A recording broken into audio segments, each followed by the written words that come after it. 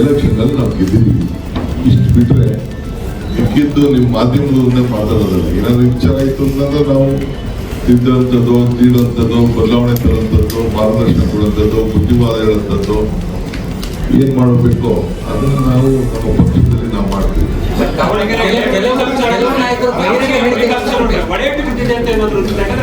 ಅಲ್ಲಿ ಅಲ್ಪಸಂಖ್ಯಾತ ಭಾವನೆ ಇರತಕ್ಕಂಥ ಕ್ಷೇತ್ರ ಅದು ಹೆಚ್ಚಿನ ಮತಗಳು ಕೂಡ. ನಾನು ಹೇಳಿದ್ದು ನಿಮಗೆ, ನಿಮ್ಮ ಬಾಯಿಗೆ ನಾನು ಬೇಕಾದೆಲ್ಲ ಹಾಕಕ್ಕೆ ನಾನು ತಯಾರಿ. 95ರಿಂದ ಶಿವಶಂಕರಪ್ಪವರು ಆ ಕ್ಷೇತ್ರವನ್ನು ಉಳಿಸ್ಕೊಂಡು ಬಂದಿದ್ದಾರೆ. ಅಲ್ಪಸಂಖ್ಯಾತರೆಲ್ಲ ನಮಗೆ ಸಹಾಯವನ್ನು ಮಾಡ್ಕೊಂಡು ಬಂದಿದ್ದಾರೆ. ಅವ್ರಿಗೂ ಆ ಸ್ಥಾನಮಾನ ಕೊಡಬೇಕು ಅಂತೇಳಿ ನಾವು 3 ಬಾರಿ MLC ಕೊಟ್ಟಿದ್ದೀವಿ, ಒಂದು ಶಾಸಕ ಸ್ಥಾನನ. ಇದು ಅವ್ರಿಗೆ ಏನು ಗೌರವ ಕೊಡಬೇಕು ನಾವು ಕೊಟ್ಟಿದ್ದೀವಿ. ವ್ಯಕ್ತಿಗಳಲ್ಲಿ ಸ್ವಲ್ಪ ಅಭಿಪ್ರಾಯಗಳು ಬೇರೆ ಇರ್ಬೋದು ಹೊರತು ಪಕ್ಷದಲ್ಲಿ ಸಾಮೂಹಿಕ ಅಭಿಪ್ರಾಯದಲ್ಲಿ ಯಾವುದೇ ಬದಲಾವಣೆ ಇಲ್ಲ.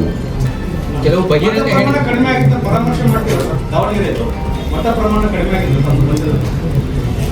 ಈಗ ಸದ್ಯಕ್ಕೆ ಅಂತ ಚರ್ಚೆ ಈ ಸದ್ಯಕ್ಕೆ ಬೇಡ, ಟೈಮ್ ಬಂದಾಗ ನೋಡೋಣ. ಸರ್, 2 ಕ್ಷೇತ್ರಗಳಲ್ಲಿ ಗೆಲ್ಲೋ ಮುಖಾಂತರ 2028ಗೆ ಇದೊಂದು ಪ್ಲಾಟ್ಫಾರ್ಮ್ ರೀತಿ ನೋಡ್ತೀರಾ? ಜನರು ನಿಮ್ಮ ಗ್ಯಾರಂಟಿಗಳನ್ನು ನಂಬ್ಕೊಂಡು ಪ್ರಶಂಸೆ ಕೊಟ್ಟಿದ್ದಾರೆ ಅನ್ಸುತ್ತಾ? ನಾನು ಹೇಳಿದ್ನಲ್ಲ, ನಮ್ಮ ಗ್ಯಾರಂಟಿಗಳಿಗೆ ನಮ್ಮ ಸರ್ಕಾರಕ್ಕೆ ಭಾಗ್ಯದ ಲಕ್ಷ್ಮೀ ಬಾರಮ್ಮ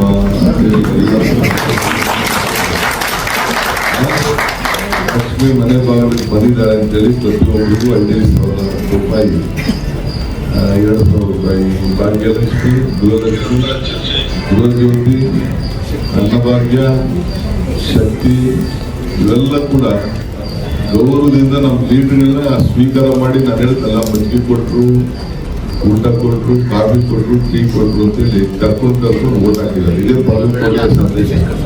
ಅವರು ನಿಮ್ಮನ್ನ ಬಿಡುವುದಿಲ್ಲ, ನಿಮ್ಮನ್ನು ಇಟ್ಕೊಳ್ತೀವಿ, ನಿಮಗೆ ಶಕ್ತಿ ತುಂಬ್ತೀವಿ, 28ಕ್ಕೂ ನಿಮಗೆ ನಾವು ಮುಗಿಸ್ತೀವಿ ಅಂತ ಸಂದೇಶವನ್ನ ಕೊಟ್ಟಿದ್ದಾರೆ.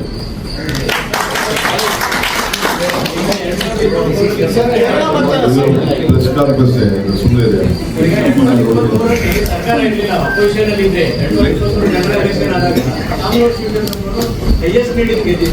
ಸರ್ಕಾರ ಇದು ಮಂತ್ರಿಗಳ ವಾರ್ಡ್ನಲ್ಲಿ ಕೆಲಸ ಮಾಡಿದ್ರು ಕೂಡ ಆ ಲೀಡ್ ಪಡೀಲಿಕ್ಕೆ ಆಗಲಿಲ್ಲ. ಈಗ ಒಂದೊಂದು ಎಲೆಕ್ಷನ್ ಒಂದೊಂದು ರೀತಿ ಬರ್ತದೆ. ಈಗ ಇಲ್ಲಿ ಬಾಗಲಕೋಟೆಗೆ ಇಷ್ಟು ಲೀಡ್ ಬಂತಲ್ಲ, ಅದಕ್ಕೆ ಹೇಳ್ತೀವಿ ನೀವು 5,000 ಇದ್ದಿದ್ದು 23,000 ಬಂದ್ಬಿಟ್ಟಿದ್ದಿಲ್ಲ, ಅದಕ್ಕೆ ಹೇಳ್ತೀವಿ ನೀವು ಒಗ್ಗಟ್ಟೆ ಮಾಡಿದ್ದಾರೆ.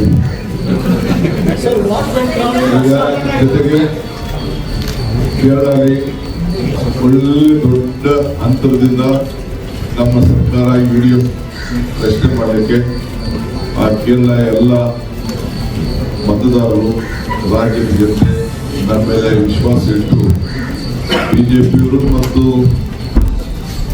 LDFನವರು ಇಬ್ಬರು ಒಳಗಡೆ ಸೇರ್ಕೊಂಡ್ರು ಕೂಡ ನಮಗೆ ಆಶೀರ್ವಾದ ಮಾಡಿದ್ದಾರೆ. ಅವರು ಕೂಡ ನಾನು ಅಭಿನಂದಿಸ್ತೇನೆ. ತಮಿಳುನಾಡಲ್ಲೂ ಕೂಡ ನಮ್ಮ DMK ಸೋತಿರ್ಬೋದು, ಆದರೆ ಬಿಜೆಪಿ ಅಂಗಪಕ್ಷವನ್ನ ಅಲ್ಲೂ ಕೂಡ ಸೋಲಿಸಿ ಕಮ್ಯುನಲ್ ಫೋರ್ಸಸ್ನ ದೂರ ಇಟ್ಟಿದ್ದಾರೆ. ಅದಕ್ಕೂ ಕೂಡ ಈ ಸಂದರ್ಭದಲ್ಲಿ ಅವರು ಕೂಡ ನಾನು ಈ ಸಂದರ್ಭದಲ್ಲಿ ಅಲ್ಲಿ ಮತದಾರರು ಕೂಡ ನಾನು ಈ ಸಂದರ್ಭದಲ್ಲಿ ಅಭಿನಂದಿಸಲಿಕ್ಕೆ ನಾನು ಬಯಸ್ತೇನೆ. ಜೊತೆ ಮಾತಾಡ್ಲಿಕ್ಕೆ ಪಾರ್ಟಿ ಎಷ್ಟು ಹೇಳಿದ್ರೆ ಅಷ್ಟರಲ್ಲಿರೋದು ನಾನು ಮಿಕ್ಕಿದೆಲ್ಲ ತಲೆ ಕೆಡಿಸ್ಕೊಳ್ಳೋಣ. ನನಗೆ ಪಾರ್ಟಿ ಏನು ಕೆಲಸ ಹೇಳ್ತದೆ ಕೇರಳ ಚುನಾವಣಾ ಫಲಿತಾಂಶ ಹೇಗೆ ವ್ಯಾಖ್ಯಾನಿಸ್ತಾರೆ ಸರ್? ಈ ಫಲಿತಾಂಶವನ್ನು KPCC ಅಧ್ಯಕ್ಷರಾಗಿ ಹೇಗೆ ವ್ಯಾಖ್ಯಾನಿಸ್ತಾರೆ ಸರ್? ಜನರಿಗೆ ಅವರ ಭಾವನೆ ಮೇಲೆ ನಾವು ರಾಜಕಾರಣ ಮಾಡ್ತೀವಿ. ಜನರ ಭಾವನೆ, ಜನರ ಹತ್ರ ಯಾವ ರೀತಿ ನಾವು ಇರಬೇಕು ಅನ್ನೋದು. ಇದ್ರ ಜೊತೆಗೆ ಈ ಎಲೆಕ್ಷನ್ ಬಹಳ ಅಧಿಕಾರ ಕೂಡ ಬಿಜೆಪಿ ಬಹಳ ದುರುಪಯೋಗವನ್ನು ಮಾಡ್ಕೊಂಡಿದೆ. ವಿಶೇಷವಾಗಿ ವೆಸ್ಟ್ ಬೆಂಗಾಳಲ್ಲಿ, ಅಸ್ಸಾಂನಲ್ಲಿ, ತಮಿಳುನಾಡಿನಲ್ಲಿ ಎಲ್ಲ ಕೂಡ ಬಹಳ ದೊಡ್ಡ ಮಟ್ಟದಲ್ಲಿ ಅಧಿಕಾರನ